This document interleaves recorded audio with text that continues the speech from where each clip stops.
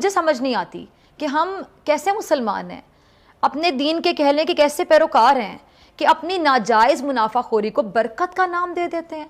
लालच से हमारी राल टपकने लगती है। इंसानियत, गरीबों का एहसास, रवादारी, ये सब हमें किताबी और शायद बेकार बातें लगती हैं। और कितने अफसोस की बात है कि गैर मुस्लिम ममालिक में रमज़ान मुबारक का एहतराम करते हुए मुसलमानों के लिए चीज़ें सस्ती कर दी जाती हैं, और हमारे मुल्क में हमारे मुसलमान भाई रमज़ान आते ही चीज़ों की कीमतों को आसमान पर पहुंचा देते हैं। अफसोस किया जा सकता है। बल्कि अगर मैं कह दूं कि डूब मरने का मुकाम है उन लोगों के लिए, तो गलत नहीं होगा, ये तल्ख जुमला नहीं होगा। उनके लिए बिल्कुल ठीक है, फिट आएगा कि डूब मरने का मुकाम है ऐसे लोगों के लिए जिन्हें शर्म नहीं आती। महंगाई हम करते हैं, ज़ख़ीरा अंदोज़ी, नाजायज़ मुनाफाखोरी से हम पेट भरते हैं, और उन लोगों का जिनका हमें एहसास करना चाहिए उनका ख्याल नहीं करते हैं, और अपनी फिर तमाम जो मुश्किलों का ज़िम्मेदार है हम आराम से 1 मिनट में बल्कि 1 सेकंड में हुकूमत को करार देते थे कि हुकूमत की वजह से, गवर्नमेंट की वजह से।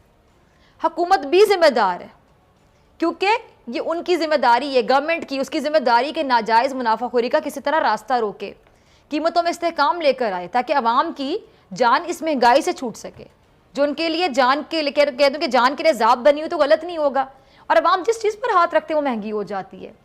आपको पता है कि कोरोना भी है, बेरोज़गारी है, कारोबार ना होने के बराबर है, आमदनी कम हो गई है, महंगाई महंगाई महंगाई है, और महंगाई कंट्रोल नहीं हो रही। खाने का तेल महंगा है, फल महंगे हैं, सब्ज़ी महंगी है, और वो जो गरीब की डिश कहलाने वाली दाल है वो महंगी है, आटा महंगा है, चीनी महंगी है। कोई चीज़ है सस्ती? बिल्कुल नहीं।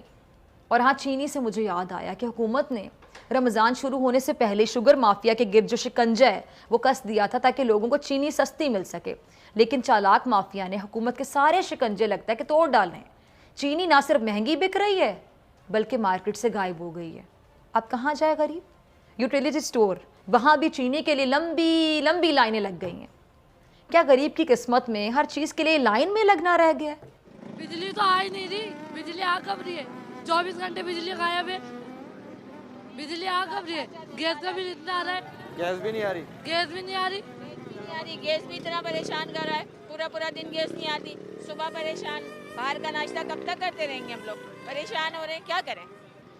क्या कह सकते हैं? यही हाल है, अपने आप को मार ले या बच्चों को मार दें।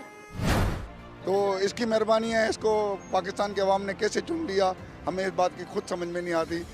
चीनी कहाँ थी चोरों के दौर में और साधों के दौर में, अच्छे लोगों के दौर में चीनी कहाँ पहुँची? आटा कहाँ था, कहाँ पहुँचा? चलो पेट्रोल महंगा था। सर मैं तो सबसे पहले ये कहूँगा कि लोग खुदकुशी करने में मजबूर हो गए। क्या कर सकता है एक बंदा? हर बंदे को पता है कि महीने के अखराजात कितने हैं और महीने की कमाई कितनी है। 17,600 सैलरी है और 17,600 से घर नहीं चलता भाई।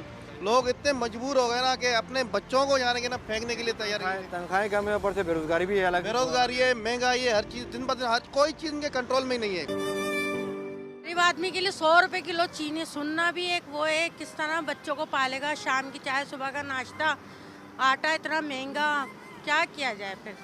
चीनी पत्ती आटा ही है घर में, कम से कम ये अशिया तो हर वक्त चाहिए होती हैं। चलो बच्चों को चाय पराठे ही खिला दे गरीब आदमी, तो ये भी नहीं खिलाना, ये भी छीने ले रहे हैं अपने। बस क्या कह सकते हैं।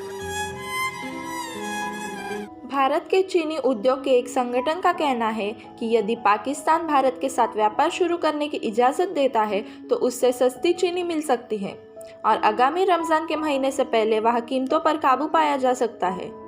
भारत से आयात करने पर पाकिस्तान को जल्दी चीनी मिल सकती है। वर्तमान में पाकिस्तान चीनी की भारी कमी में जूझ रहा है। पाकिस्तान में उत्पादन में कमी के चलते चीनी की खुदरा कीमत 100 रुपये प्रति किलोग्राम तक बढ़ गई है। पाकिस्तान आर्थिक समन्वय समिति (ECC) ने सरकार से उपलब्धता बढ़ाने के लिए 5 लाख टन सफ़ेदी चीनी के आयात की अनुमति देने की सिफारिश की है। पिछले हफ्ते दोनों देशों के बीच व्यापार फिर से खुलने की उम्मीद जगी थी। हालांकि भारत से चीनी और कपास के आयात की अनुमति देने के पाकिस्तान ECC के फैसले को पाकिस्तान के प्रधानमंत्री इमरान खान ने रोक दिया। पाकिस्तान के प्रधानमंत्री इमरान खान ने जब से अपना पद संभाला है तब से लगातार उन्हें आर्थिक चुनौतियों का सामना करना पड़ा है। इसी साल जनवरी में पाकिस्तान में महंगाई दर पिछले 12 साल के सबसे उच्चतम स्तर पर पहुंच गई थी। पाकिस्तान में खाने पीने की चीज़ों की महंगाई लगातार बढ़ रही है। यही कारण है कि वहाँ के लोगों को अब रोज़मर्रा की चीज़ों को खरीदने के लिए भारी खर्च का बोझ उठाना पड़ रहा है। पिछले कुछ महीने में तो वहाँ दाल, फल, सब्जी, चावल तक के भाव में बड़ा इजाफा हुआ है। अब पाकिस्तान की जनता के सामने अब रोटी की भी समस्या आ खड़ी है। वहाँ अब आटे के भाव में भारी इजाफा देखने को मिल रहा है। दरअसल इमरान खान सरकार ने गेहूं उत्पादन का गलत अनुमान लगाया, उसके बाद निर्यात रोकने में भी विफल रही है। इसके अलावा जमाखोरी ने भी गेहूं के दाम बढ़ाने का एक कारक रहा है। पाकिस्तान के सिंध प्रांत से गेहूं की फसलें निकालने लगी है, लेकिन इसका भाव इतना ज़्यादा है कि अब देश भर में इसको लेकर विरोध प्रदर्शन तक का खतरा बढ़ रहा है। दोस्तों, ऐसी वीडियो देखने के लिए चैनल को लाइक एंड सब्सक्राइब जरूर कीजिए। जय हिंद, जय भारत दोस्तों।